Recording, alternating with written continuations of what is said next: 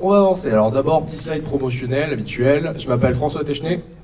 Je suis Tech Lead Cloud chez Sagi, donc on est une société éditrice de solutions logicielles dans le Big Data. Moi, dans la vie, en général, au boulot, je fais du Go et du Kubernetes et du Kotlin. Et chez moi, le soir, je fais du Scala et du Rust en plus.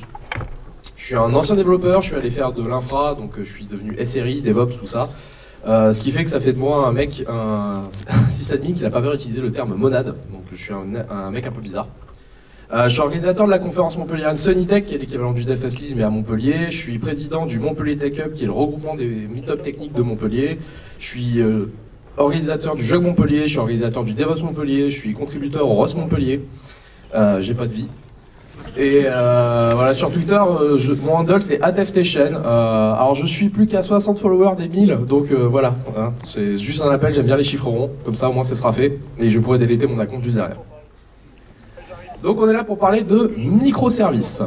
Alors microservices, déjà la première question que tout le monde se pose dans la salle, c'est comment un mec arrive encore à passer un sujet microservices en 2019 ? Bah, tout simplement parce que moi je vais pas vous parler de pourquoi c'est trop bien, pourquoi vous en faisiez, enfin pourquoi faut en faire, etc. Parce que le sujet a longuement été débattu depuis 2014. Moi je suis plus là pour vous parler des problèmes et des pitfalls en fait. Et le but du jeu donc c'est on va faire une petite rétrospective sur ces quelques années depuis lesquelles on nous parle de microservices, celles qu'on a mis en place, celles que moi j'ai mis en place, et essayer de voir quels sont les problèmes que j'ai rencontrés et qui m'ont amené à créer un truc qui s'appelle des microservices.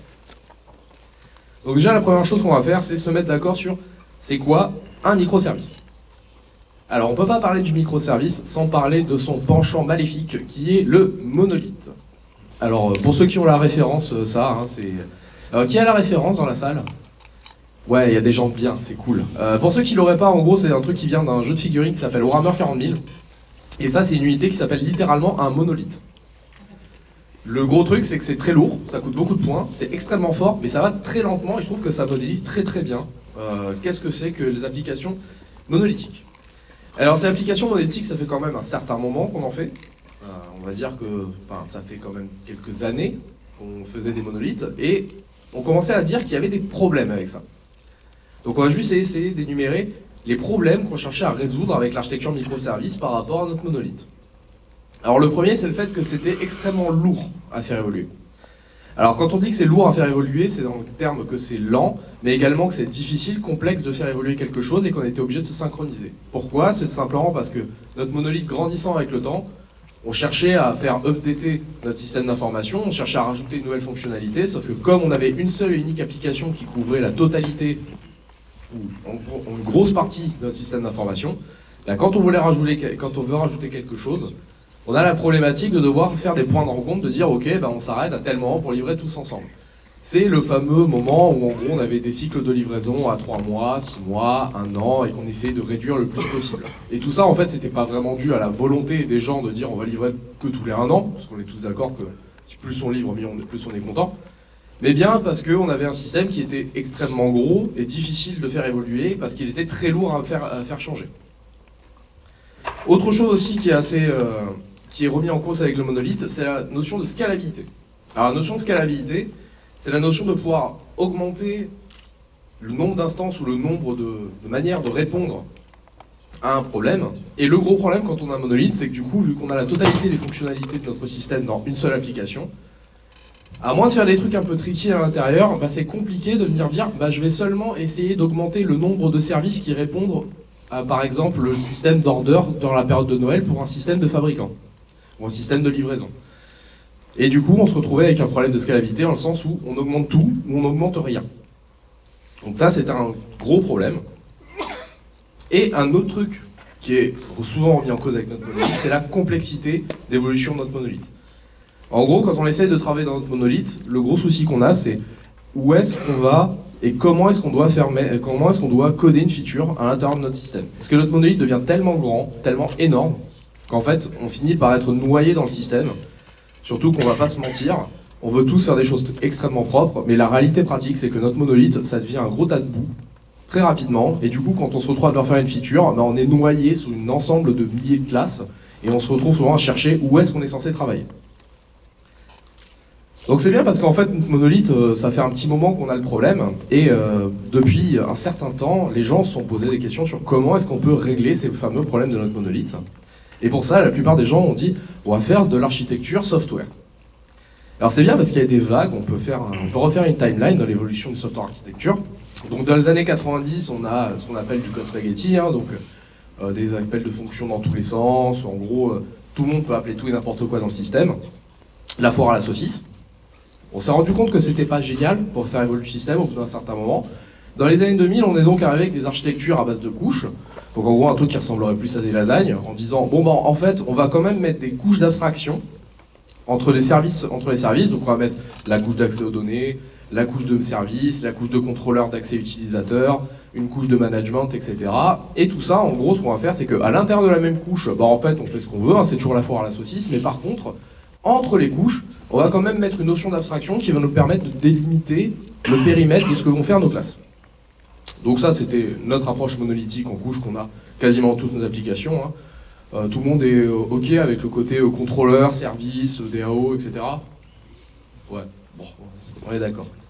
Et dans les années 2010, du coup, il y a des mecs qui se sont dit, bah en fait, on va sortir un truc qui est des microservices. Donc en fait, plutôt que de faire un gros monolithe dans lequel en fait on va faire des couches, bah en fait, on va faire des petits raviolis qui vont chacun être une unité indépendante qui va servir à régler un des problèmes. On va faire tremper ça dans une soupe de communication qu'on va appeler, malheureusement pour nous, le réseau. Donc si on reprend tout ça, qu'est-ce que c'est un microservice? Donc comme toute notre présentation d'informatique, je suis allé chercher sur le site de Martin Fowler pour chercher une définition. Alors ceci est un ensemble. Si on prend, en résumé, les architectures de microservices sont une approche pour développer une application comme une suite de petits services, chacun tournant dans son propre processus, communiquant avec un mécanisme de communication léger, souvent des API HTTP. Ces services sont construits sur des besoins business, sont indéployables indépendamment via des mécanismes de déploiement totalement automatisés. Il y a un strict minimum de gestion centralisée de ces services qui peuvent être écrits dans différents langages de programmation et utiliser différentes technologies de stockage de données. Ouais, on est d'accord, hein, c'est beau, c'est pieux, mais quelque part, ça ne dit pas trop comment je vais faire.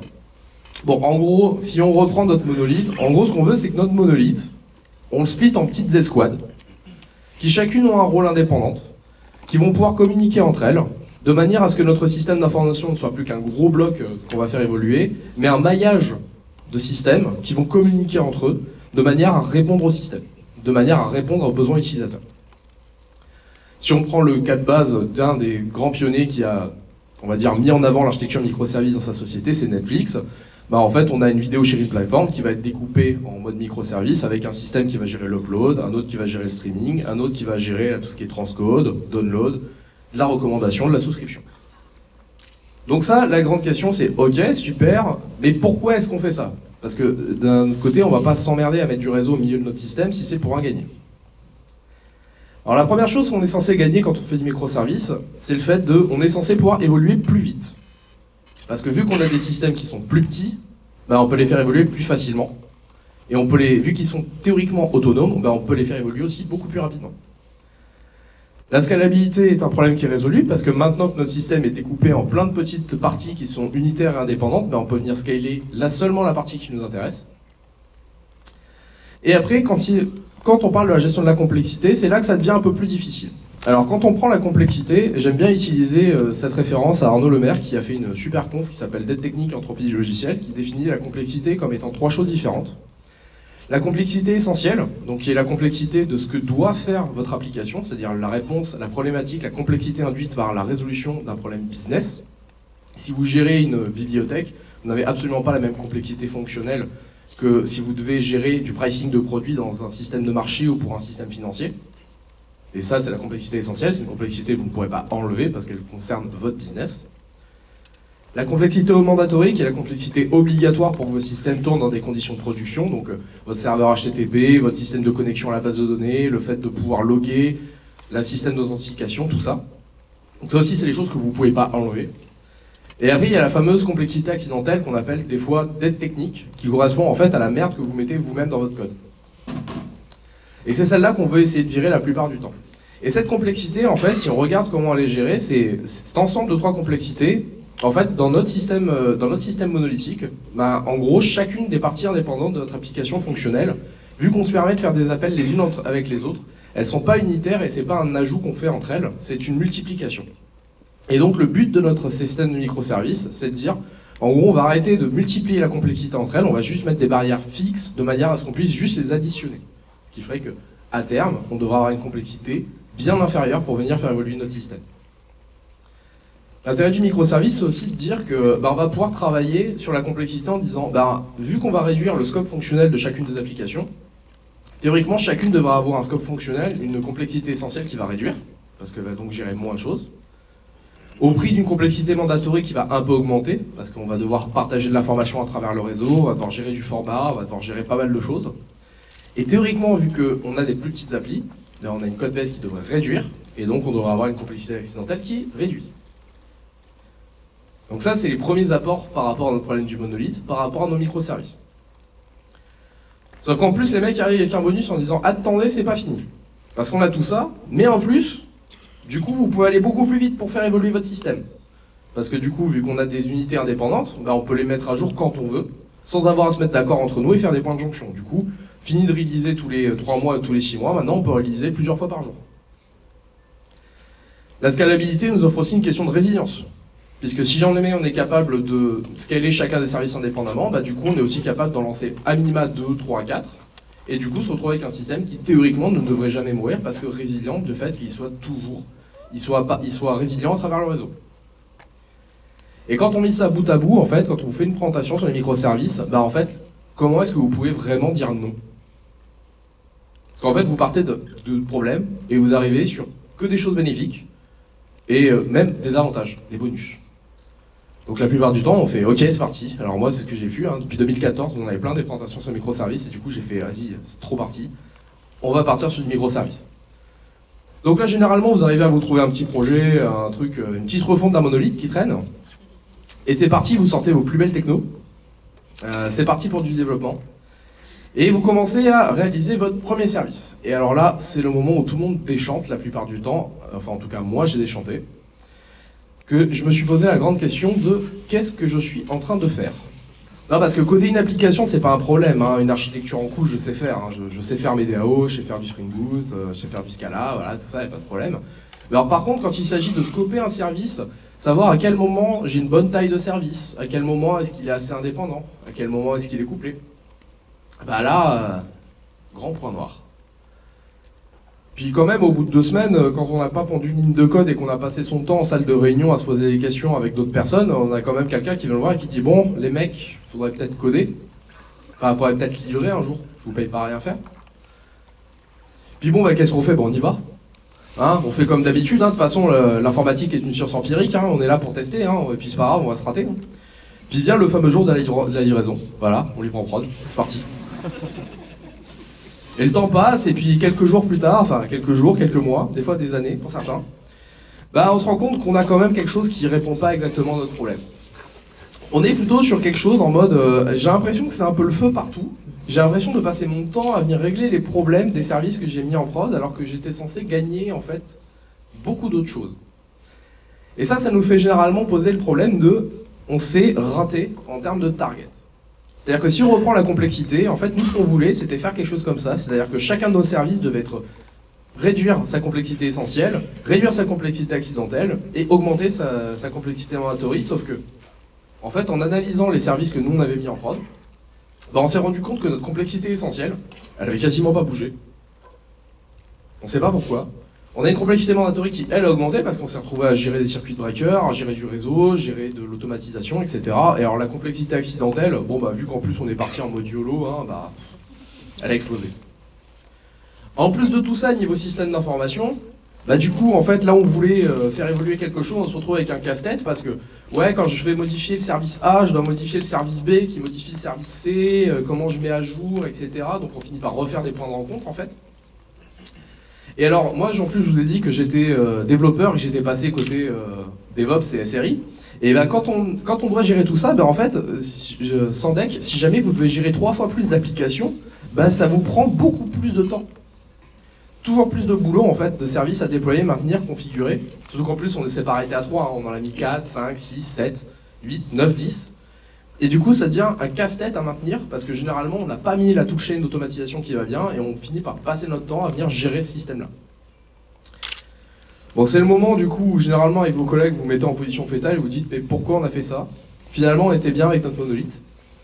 Et nous, à la bière, un jour, on s'est dit on n'en peut plus, qu'est-ce que c'est que ce truc? Et on s'est rendu compte que quelqu'un a sorti magnifiquement, mec, en fait, ce qu'on est en train de faire, c'est pas des microservices, c'est des microservices. Donc c'est pas des micros, c'est des microservices, et on a donc sorti une définition. Alors, les microservices, c'est pas compliqué, c'est une approche pour dire qu'on va faire des microservices, mais nous on s'appelle pas Netflix, on s'appelle pas Google, on s'appelle pas Société X qui vient nous présenter des microservices et qui réussit dans sa société. Et on va partir du principe que, en fait, les microservices c'est pas facile. On essaie de nous le présenter comme quelque chose de simple, que c'est juste un changement architectural, mais en fait, il est énorme le changement. Et en gros, nous ce qu'on va faire, c'est qu'on va essayer de targeter un intermédiaire, sauf qu'au lieu d'essayer d'aller vers la pointe du truc du microservice, on va essayer d'isoler les problèmes une à une. Et on va essayer d'avancer petit à petit, de faire en sorte que nos services soient au moins utilisables et cherchent à régler les problèmes. Et ce qu'on va faire, c'est qu'on va essayer aussi de savoir pourquoi est-ce qu'on est dans cette situation actuellement. Donc en gros, un microservice, c'est toute application qui s'inscrit dans une démarche microservice, mais qui n'a pas les moyens de totalement réaliser sa transformation. Que ce soit pour des raisons financières, des questions de temps, des questions de compétences, on s'en fiche, on n'est pas là pour juger. Mais par contre, toute application qui ne peut pas réaliser parfaitement sa transformation est un microservice. Et alors du coup, pourquoi est-ce qu'on est arrivé là? Pourquoi est-ce qu'on se retrouve à avoir des microservices dans les sociétés dans lesquelles j'ai travaillé et dans beaucoup de sociétés quand je parle avec les gens? C'est tout simplement parce qu'on se rend compte que le premier problème qu'on a quand on fait du microservice, c'est qu'il faut qu'on change de mindset. Parce que faire du microservice ou faire des applications cloud native, comme on dit maintenant pour être hype dans le milieu, c'est changer complètement la manière dont on développe. C'est rajouter énormément de choses, énormément de bruit, entre guillemets, autour de notre système de programmation qu'on maîtrisait jusqu'à maintenant.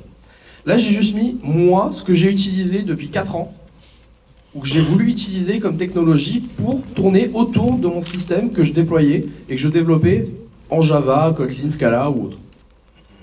Donc on a de la gestion, typiquement de framework pour faire du CQRS, du système acteur, on a de la gestion d'infrastructure avec du Terraform, on a de l'orchestration avec du Mesos, on a du Cube quelque part, on a des circuits de breaker, on a de la gestion de consensus, on a des providers de pass, on a des providers de machines en IaaS, on a du Docker, on a des reverse proxy, on a de la configuration. On est d'accord que tous ceux qui essayent de faire du microservice, vous devez à chaque fois jouer avec ce genre de choses. Parce que non seulement on fait du microservice, mais en plus on est dans une démarche DevOps, donc you build it, you run it. Donc en plus, on se retrouve à devoir gérer un ensemble de technologies supplémentaires. Et on a beau essayer de se mettre à vouloir connaître toutes ces technologies et à maîtriser ces technologies par-dessus, en fait à chaque fois on finit par aller en conf et on finit par essayer plein de nouvelles technologies. En fait il y a un truc qui marche, qu'on vous dit rarement, mais qui est la réalité pratique. Maîtriser chacune de ces technologies ne fera pas que votre microservice marchera. Parce que le premier problème que nous on a identifié, et c'est un des gros trucs que je reproche à toutes les présentations de microservices qui ont été faites depuis énormément d'années, c'est qu'en fait on présente des solutions techniques. Alors que la problématique du microservice, c'est que c'est pas une bataille technique. C'est un changement d'architecture de software et c'est un changement de la manière dont vous conceptualisez vos applications. Parce que si on reprend l'existant, on veut plus faire code spaghetti, mais on est quand même quasiment tous, on est d'accord avec des architectures en mode lasagne. C'est ce qu'on sait faire, c'est les choses, on a été formaté pour le faire, c'est ce qu'on fait tous les jours, et à un moment on a des automatismes qui rentrent. C'est comme quand vous commencez à apprendre à faire de la programmation fonctionnelle, de la programmation objet. On est d'accord que si vous vous rappelez, le premier jour on vous a montré la programmation objet en cours, c'est pas venu instinctivement. C'est pas quelque chose de facile. C'est la même manière, c'est exactement le même problème quand vous faites des microservices. Et un des gros problèmes qu'on a, c'est que vu qu'on vient d'une architecture lasagne et qu'on veut aller vers des raviolis, qu'est-ce qu'on a tendance à faire quand on veut faire son premier microservice? C'est qu'on prend une grosse part de notre lasagne, on l'extrait en disant en fait je vais découper par une entité, je vais venir la sortir et je vais enrober ça dans une belle glue et je vais appeler ça un microservice. À tous les chefs de la salle, on est d'accord que la recette des raviolis, c'est pas on fait des lasagnes et après on leur enrobe de la pâte. C'est con à dire, hein, mais c'est exactement ce qu'on cherche à faire. C'est-à-dire qu'en fait, on prend le découpage de notre lasagne, on voit qu'on a une belle architecture en couche, on voit qu'on a une belle architecture aussi verticale avec des notions d'entité technique. Et donc, notre premier réflexe en tant que développeur, c'est de dire, bah en fait, j'ai juste à mettre un gros coup de pinceau à l'intérieur, à venir tirer, et ça va bien se passer, je vais pouvoir enrober ça, on va appeler ça un microservice. Donc en fait, le problème que vous avez quand vous faites ça, c'est que vous partez d'un gros tas de bouts monolithique, et en fait, ce que vous faites, c'est que vous allez vers un gros tas de bouts distribués. Parce que vos systèmes ne sont absolument pas indépendants, ils continuent à être couplés entre eux, et du coup, vous vous retrouvez à juste avoir injecté du réseau au sein de vos appels de fonction. Et alors, une chose est sûre, c'est que quand vous faites un appel de fonction, votre compilateur et votre VM ou votre langage, il s'assure que ça marche. Le réseau, il ne le fait pas ça pour vous.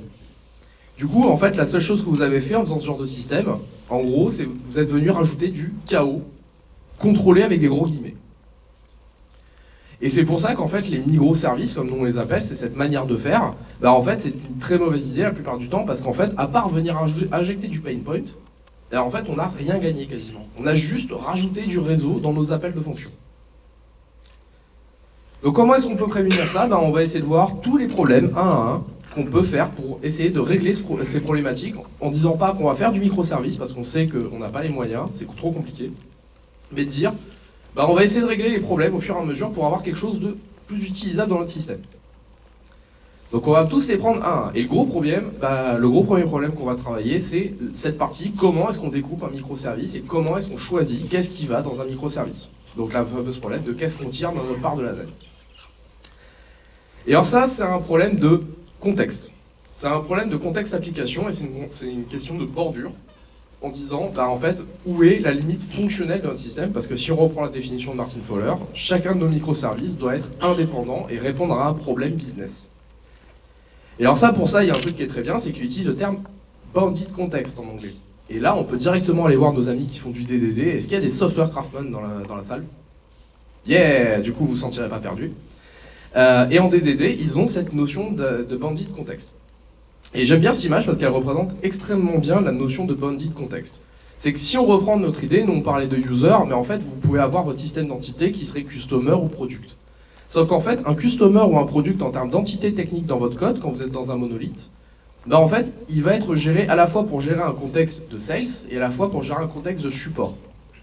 Sauf que si vous voulez partir sur des microservices qui ont un contexte fonctionnel pur et qui sont indépendants, vous n'allez pas découper en customer, en product, vous devez découper en disant je vais faire une application qui va gérer le support, une autre qui va gérer le sales. Et en fait, vous remarquez que customer, c'est deux fois la même entité qui apparaît dans les deux contextes, qui ont le même nom, c'est la même entité technique, mais ils n'ont pas la même valeur et la même représentation dans le sens métier.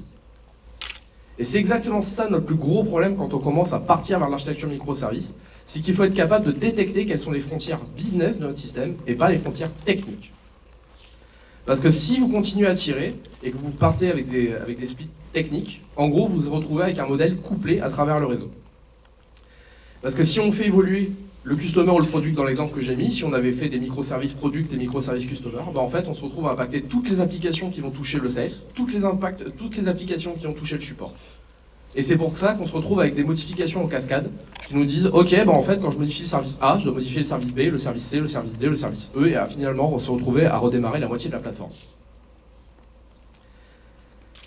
Et en gros ce truc là ça se voit très facilement en disant bah en fait est-ce que j'ai peur de changer une représentation d'un domaine quand je fais un microservice? Si j'ai peur quand je change une valeur technique qui est transmise à travers le réseau de faire changer, d'impacter beaucoup trop d'applications, c'est que du coup vous avez fait un split technique et pas un split fonctionnel.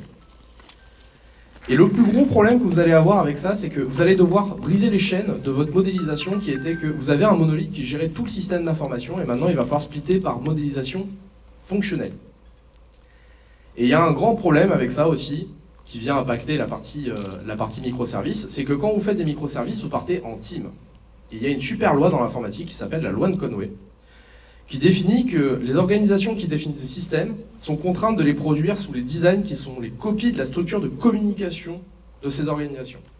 Autrement dit, vous allez répliquer la structure de modélisation que vous allez avoir de vos équipes et de communication entre vos équipes dans votre code au lieu de faire une représentation de votre business. Toujours plus facile quand on est dans une application technique, qu'on a l'application back, qu'on la split en 3 applications et que chacune fasse un périmètre et communique ensemble. Sauf que si chacune de ces équipes ont été mises là pour une raison, parce que votre manager a envie ou parce que vous avez envie de travailler avec la personne, etc., ben en fait vous allez vous retrouver à reproduire en termes de service la structure que vous avez définie organisationnellement. Et donc vous n'allez pas représenter votre business si vous allez vous retrouver dans du modèle couplé à travers le réseau et donc ne pas profiter des avantages du microservice. C'est la première grande chose à faire quand vous voulez faire du microservice. Donc quand vous faites votre microservice, réfléchissez à comment est-ce que mon service va vraiment être utilisé et c'est quoi le but technique, c'est quoi le but fonctionnel de mon service dans le système d'information. Bon alors, une fois qu'on a fait ça, on n'est déjà pas si mal, hein, on a quand même fait un grand pas. Mais on a un autre souci qui, moi, me gêne régulièrement quand je fais des microservices. C'est la problématique des liens de service. Si on prend un code existant par rapport à notre système en couche, là j'ai pris du code en Kotlin, hein, mais on va dire qu'on a une classe order service, donc quelque chose qui va gérer des commandes, qui a besoin d'un système de shipping service, donc pour faire du delivery chez vous, et qui a besoin d'un order repository pour venir stocker les informations sur la commande. En fait, quand vous allez avoir un truc qui va dire « je veux valider une commande », vous allez généralement avoir du code qui fait appel au repository, il va faire un create, il va faire un schedule delivery, etc.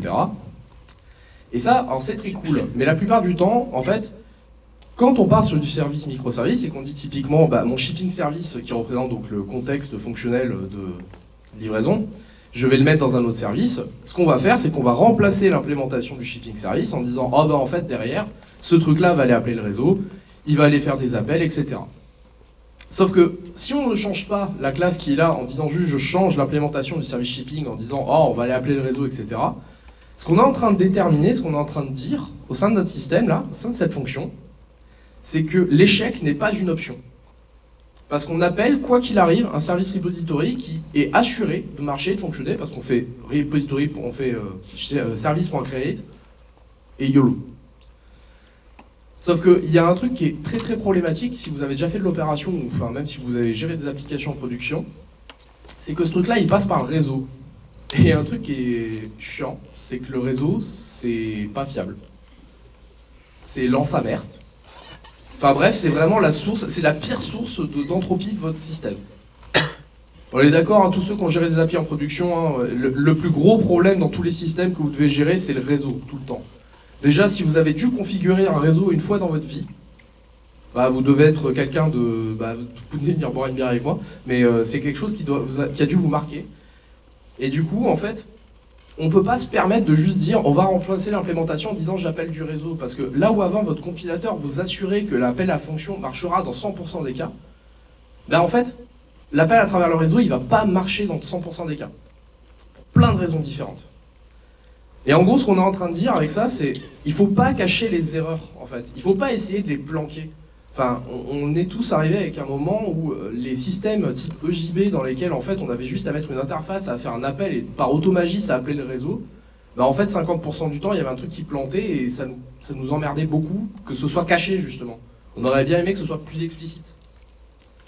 Et des problématiques, on peut en avoir plein. On peut avoir des problématiques de rate limiting, on peut avoir des problématiques de retry, on peut avoir des problématiques de caching de response, on a les problématiques de tout ce qui est circuit breaker, à savoir bah, qu'est-ce qu'on veut faire si jamais on arrive à savoir qu'il se passe quelque chose de pas bien.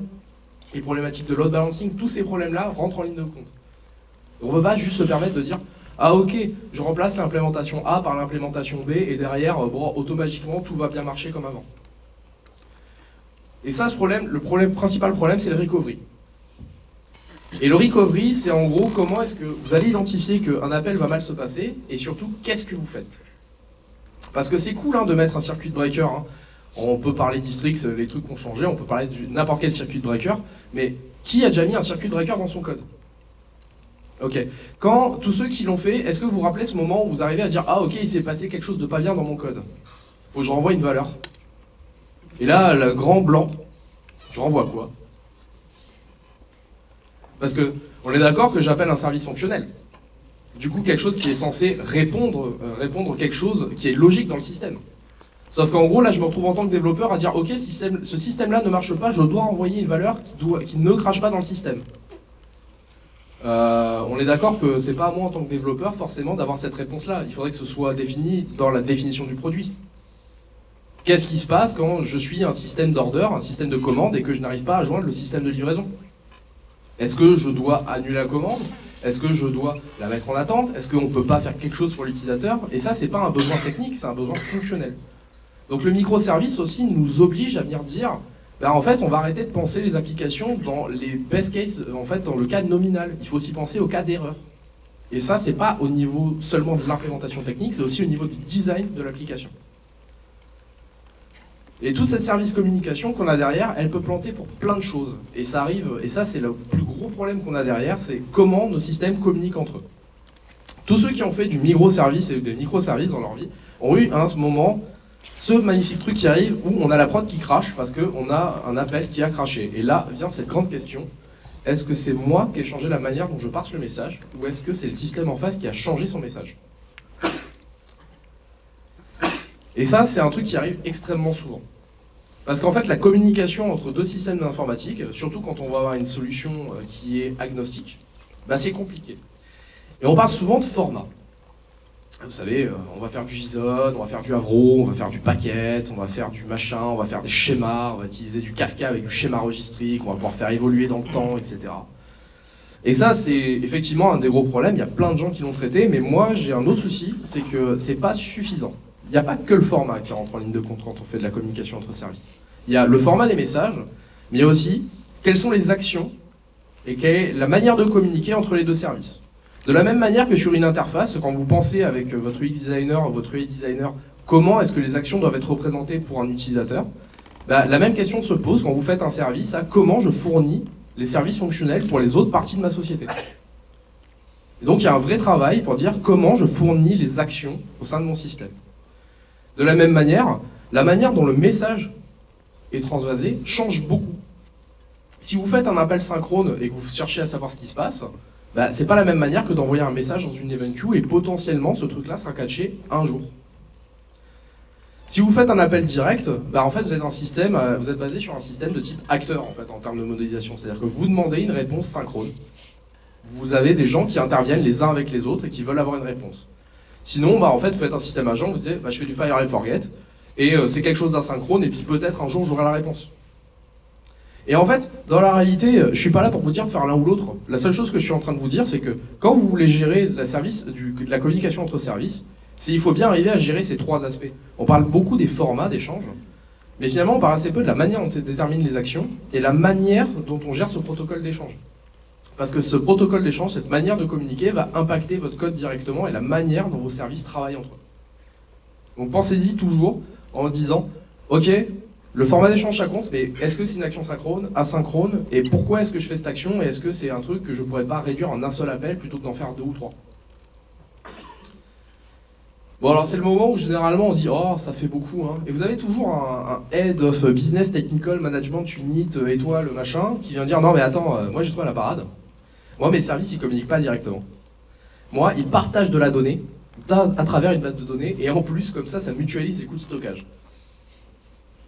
Qui a déjà eu ça? Moi je l'ai eu hein. Alors c'est incroyable hein. Alors j'ai adoré ce tweet, c'est un tweet de, je sais plus comment ça s'appelle, de Mathias Verret. Alors ça c'est 2 microservices qui tirent leur base de données. Voilà. Parce que un microservice, hein, pas par magie, c'est pas devenu un module au sein d'une application, hein, c'est toujours une application indépendante qui a un cycle de vie autonome. Et avant, si vous le faisiez pas, est-ce que quelqu'un a déjà partagé une base de données entre 2 monolithes? Bah, c'était quand même, on est d'accord, c'est quand même une grosse plaie. Bah, je vois pas pourquoi ça changerait beaucoup en changeant la taille du code en fait. C'est juste, c'est pas une bonne idée en fait, tout simplement. Ça fait des années qu'on le dit, il y a un moment, faut peut-être arriver à se faire une raison. Parce que des problèmes, il y en a plein. Si on partage une base de données, c'est qui est responsable de mettre à jour le schéma? Comment est-ce qu'on s'impacte les uns les autres? Qui est responsable de la donnée? Qui a le droit de modifier, faire les ajouts, les modifications? Et surtout, qui est honneur de la donnée dans une table? Qui est honneur de la table? Qui est honneur du schéma? Qui est honneur de patati patata? Et en gros, quand vous faites ce genre de choses, parce que tout le monde le fait, hein, on va pas se le cacher, bah en fait vous vous retrouvez à passer votre vie à improviser autour des problématiques qui finissent par arriver en disant oh, en fait finalement toutes les applications qui partagent le schéma de base de données, bah en fait on va toutes les déployer en même temps, comme ça on est sûr qu'elles se mettent bien un jour tout en même temps. Donc du coup on perd quand même un gros intérêt du truc. Alors nous, le meilleur palliatif qu'on a trouvé dans la boîte où j'étais, c'est de faire un système comme ça. En gros, on dit, en fait, on va arrêter de faire des systèmes qui tapent dans la base du monolithe, on va ne faire que des projections, et en fait, c'est le monolithe qui va garder la DB, et on va faire des projections par vue. On va faire des schémas pour chacune des applications qui vont juste être des projections, potentiellement, on n'aura pas le droit d'écrire. Mais alors, autant techniquement, ça marchote, autant à manager, c'est un enfer. Donc du coup, s'il vous plaît, essayez d'éviter de partager la donnée entre les systèmes. Attention, quand je dis pas partager la donnée, je ne suis pas en train de dire qu'il faut que chaque service ait sa base de données indépendante déployée à part. Ça, c'est ce que va vous dire Netflix, etc.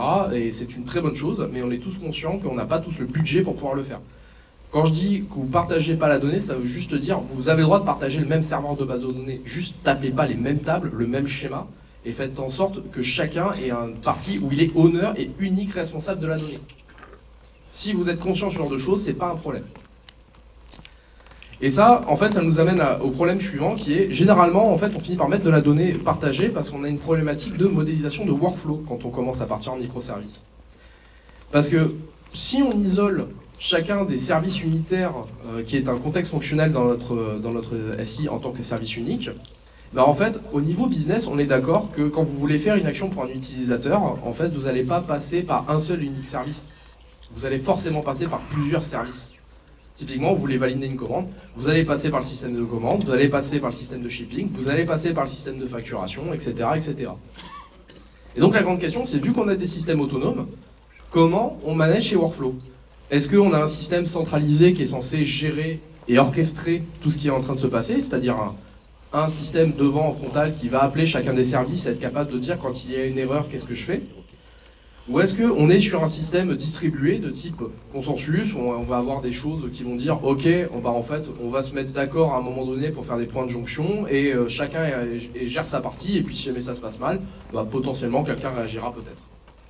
C'est pas exactement la même manière de faire. Et tous ces trucs-là, en fait, se retrouvent réglés avec des problématiques techniques qui sont des choses qui est important de comprendre quand on fait du microservice. Tout ce qui est système de consensus, le fait d'utiliser un Zookeeper, un Raft, pourquoi on utilise un Zookeeper, un etcd, pourquoi on utilise des algos comme Paxos en fait derrière et Raft ou Zab, etc. C'est pour pouvoir faire du consensus. Pourquoi on utilise des bases distribuées? Tout ce genre de choses commencent à devenir importantes parce qu'elles se rejoignent par rapport à nos problématiques de microservices. Et ça, c'est juste côté application. C'est-à-dire que là, je vous ai juste parlé des problématiques côté application en fait. C'est-à-dire nous en tant que développeurs. Mais si vous avez passé la barre et que vous êtes côté opérationnel, les problématiques de gestion de microservices, il y en a plein d'autres. Déjà, la première chose, c'est que le microservice, quoi qu'il arrive, c'est cher. Parce que vous multipliez le nombre de services, vous multipliez le nombre d'instances, donc vous multipliez la facture. C'est mathématique. Hein. Un monolithe coûtera forcément toujours moins cher qu'un microservice. Parce qu'il y a moins de choses à opérer, il y a moins de machines il y a moins de choses à distribuer, donc forcément ça coûtera moins cher en nombre de machines. Et surtout, votre objectif initial quand vous faisiez du microservice, c'était de dire je veux pouvoir faire évoluer mes services les plus indépendamment les uns des autres. Sauf que toute personne qui a déjà fait du déploiement dans sa vie, qui a fait du microservice, se rappelle cette scène d'Indiana Jones et s'est senti exactement comme le monsieur. J'ai ma V2 et je vais venir remplacer ma V1 de manière hasardeuse. Bon alors là pour ça, après si on va en conf, il y a plein de gens qui vont me dire ouais, faites du blue-green deployment, faites du canaries, faites de l'A/B testing. Ouais alors ok très bien, c'est cool, mais il y a juste un problème, c'est que ces trucs-là, en fait ça nécessite de maîtriser son réseau genre à la perfection. Et maîtriser son réseau à la perfection, ça va aussi entraîner des problématiques côté application. Parce que si jamais dans votre application, en gros, vous prenez une config en démarrage qui sert à appeler un service, genre typiquement l'IP et le port, et que celui-ci finit par changer, bah, il faut redémarrer la configuration. Donc il faut redémarrer, il faut changer l'application, la conf et redémarrer. Et si vous faites ça, bah, vous changez toutes les apps et du coup vous vous retrouvez à relancer la moitié de votre SI. Et ça, en tant qu'opérationnel, c'est juste pas possible. Et du coup, en fait, on a fini par sortir plein de systèmes. Donc, en gros, le premier truc qu'on va faire, c'est faire du service discovery. En gros, comment ça marche? Si vous avez votre service d'order qui veut appeler le système de shipping, il va appeler votre DNS. Le DNS va lui dire, OK, en fait, au lieu d'aller voir une application, on va voir le reverse proxy. On a un reverse proxy derrière qui va récupérer l'information, va être alimenté par un système de service registry et qui va rediriger vers le bon système de shipping. Et derrière, quand on a un shipping V2 qui rentre, bah en fait, il va juste aller s'enregistrer dans le service discovery et automatiquement, on va avoir le switch réseau qui va s'effectuer. Sauf que là, en fait, on est en train de voir plein de choses. C'est qu'il faut que notre application soit configurée pour pouvoir aller taper des choses genre shipping service. Il faut qu'on ait des reverse proxy. Il faut qu'on ait un service discovery qui alimente notre reverse proxy. Il faut que nos applications aillent s'enregistrer au sein du système au sein du système de recovery. Du coup, on a beaucoup de choses à faire supplémentaires. C'est pas gratuit. Et alors, tous les nouveaux systèmes à la mode qui consistent à faire du Istio, en gros à faire du service mesh, tous les systèmes se basent là-dessus. C'est juste qu'en gros, on vous cache la complexité de ce qui se passe derrière. Mais forcément, ça va avoir lieu. C'est-à-dire qu'au lieu d'avoir la problématique dans votre app, vous allez l'avoir au niveau de votre config. Mais ne vous y fiez pas, vous aurez toujours cette problématique. Elle ne va pas se régler par magie. Autre problème qu'on a derrière, c'est le fait de dire « Ouais, on peut scaler et on est résilient ». Ça veut dire qu'on va lancer plusieurs instances de la même application. Sauf qu'une application qui a de l'état, si vous la distribuez, vous avez généralement des problèmes. Et donc le fait de passer en multiples instances peut être un énorme souci d'un point de vue opérationnel, d'un point de vue applicatif, sur comment vous êtes censé gérer justement les multiples instances qui vont recevoir des choses indépendamment et qui vont devoir communiquer ensemble. Autre problématique très liée à la partie déploiement, c'est vous avez plein d'instances, vous avez plein de machines du coup qui tournent, vous avez plein de services qui vont être lancés, démarrés, etc. Ça va s'accélérer au fil du temps. Comment vous orchestrez tout ça? Comment vous gérez, vous automatisez vos déploiements? Et alors quand je parle d'orchestrateur, il y a un truc qui m'énerve en ce moment, c'est que maintenant quand on dit le mot orchestrateur, tout le monde parle Kubernetes. Alors, pour être clair, l'orchestration, c'est comment est-ce qu'on lance un ensemble d'actions synchronisées et planifiées sur un ensemble de machines. Faire du Jenkins qui lance des scripts Ansible et du bash sur chacune des machines, c'est déjà de l'orchestration. Certes, c'est pas la meilleure orchestration de l'univers, certes, on peut critiquer le modèle, on peut parler de Kubernetes, etc. Mais l'orchestration, ça veut pas dire qu'il faut faire du conteneur et ça veut pas dire qu'il faut venir mettre un système qui va venir orchestrer la totalité de votre système avec des conteneurs. Vous pouvez faire du microservice juste avec des machines et de la gestion du réseau. C'est d'ailleurs ce que fait beaucoup Netflix, c'est ce qu'ils présentent, c'est ce qu'ils mettent beaucoup en avant. Donc l'orchestration, c'est quelque chose d'ultra important et qu'il faut réussir à automatiser totalement dans votre système. De la même manière, un des enfants pauvres dans le microservice, parce qu'on cherche à produire de plus en plus de services et à améliorer la valeur fonctionnelle, c'est la partie monitoring et logging.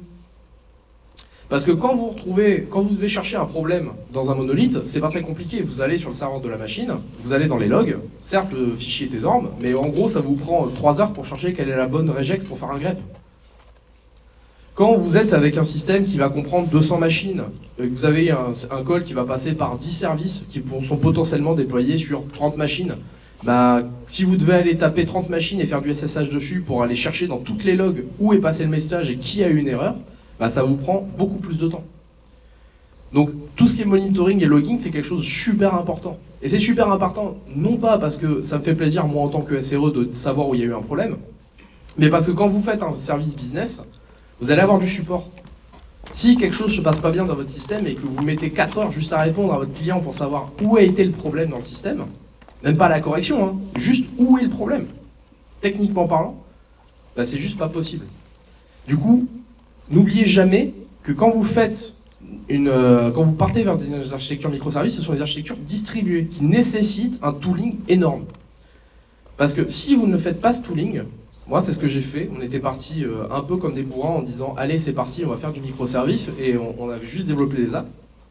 Quand on est sur la partie déploiement, en fait au fur et à mesure les applications vont de plus en plus vite, les déploiements sont demandés de plus en plus vite, sauf que vous, côté déploiement, vous n'allez pas de plus en plus vite.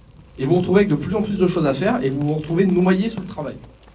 Et votre équipe a fini par exploser. Et il n'y a qu'une seule solution pour faire ce genre de choses, c'était dans la définition de Martin Fowler dès le début, il faut automatiser la totalité de votre chaîne. Si vous avez des actions manuelles à faire quand vous faites du microservice, ce n'est pas viable at scale. Votre microservice a pour but d'être distribué, d'être scalé, d'être répliqué, d'être multiplié en nombre d'instances. Si vous n'êtes pas automatisé, vous avez des actions manuelles, le nombre d'actions que vous devrez faire sera également multiplié. Et alors s'il y a bien une règle que j'ai vue dans la plupart des trucs, c'est que dans la salle, qui est développeur? Qui est SRE? Regardez la proportion. Il y a toujours plus de développeurs que de SRE. Sauf que s'il faut plus de gens pour déployer que de gens pour coder, je vous laisse deviner qui c'est qui va partir faire du déploiement. C'est comme ça que j'ai commencé à faire de l'Ops. Donc je vous encourage très fortement à aller faire de l'automatisation. Bon alors, si on résume en gros tout ce que je viens de vous dire. Alors déjà, première chose, je suis pas là pour vous faire peur en disant que les microservices c'est nul et qu'il faut pas en faire. Je regrette absolument pas d'avoir fait des microservices.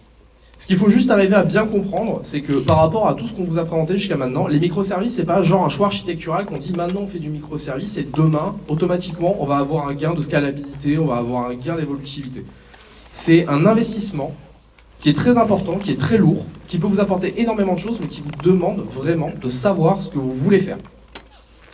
Et alors pour ça, on peut aller chercher dans les trucs, si Simon Sinek à faire le why, le how, le what, etc. En gros, tout ce que je suis juste en train de vous dire, c'est si jamais vous cherchez à faire du microservice, essayez de tomber dans une situation de win-win. C'est-à-dire, qu'est-ce que vous, en tant que développeur, vous y gagnez, qu'est-ce que la partie déploiement y gagne, et qu'est-ce que votre utilisateur ou votre système d'information est censé y gagner.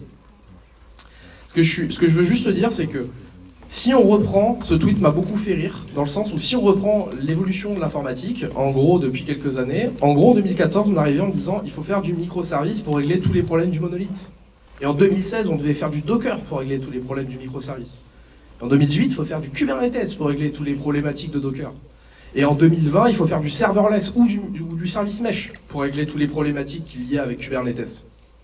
Et en fait, à chaque fois, si vous remarquez bien, on est juste en train de parler d'une solution technique pour régler un problème technique, alors que, si vous vous rappelez le début de la présentation, les microservices, le problème, c'est pas un changement de mindset technique.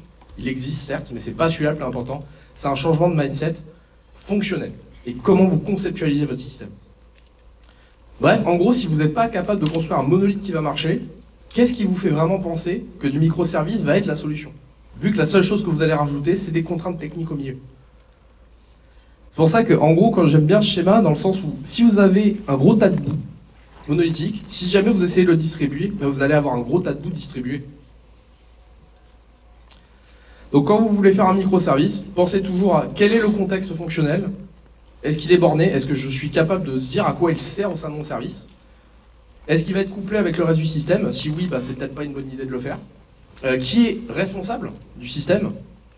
Quelle équipe? Quel genre? Est-ce qu'on a la connaissance qui est capable d'intervenir dessus?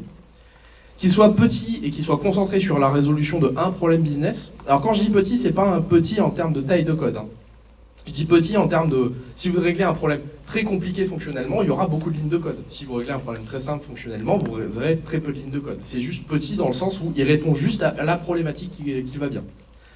De la portabilité de protocole, ça on le dit pas trop, mais quelque part c'est ultra obvious quoi. Si vous faites des trucs qui obligent les gens à être tous dans le même langage, ben, vous faites pas du microservice. Et surtout, automatiser. Si jamais vous automatisez pas, en fait, tout ce que vous faites, c'est vous mettez de la dette de déploiement qui ne fera que s'accentuer et vous n'arriverez jamais à faire mieux. Du coup, je vous encourage à faire des microservices, c'est-à-dire comprendre bien quelles sont les problématiques de votre système, qu'est-ce que vous voulez gagner en le faisant, et surtout éviter tous les pitfalls que je vous ai présentés juste là en essayant de juste régler un problème technique, essayer de résoudre un problème fonctionnel dans votre système, et après régler les problèmes techniques qui vont derrière. Je vous remercie beaucoup, et j'espère que ça ira pour vous.